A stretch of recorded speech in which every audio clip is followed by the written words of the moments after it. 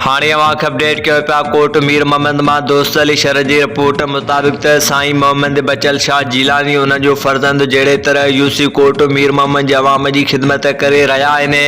ऐं इंसान ज़ात सां मुहबत करे रहिया आहिनि। इहा इंतहाई क़ाबिल तारीफ़ आहे, ख़ासि करे साईं मोहम्मद बचल शाह जीलानी ऐं उन जो फर्ज़ंद महबूब दिलेर अॻवान ग़रीब दोस्त सुहिणी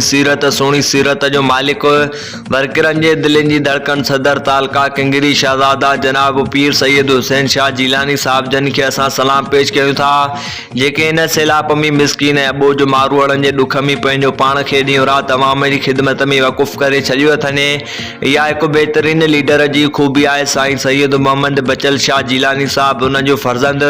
शहज़ादा जनाब पीर सैयद हुसैन शाह जीलानी साहब जन जी इहा जुरत, कोशिश, जोश, जज़्बो, जिदोजहद ऐं जिस्तजू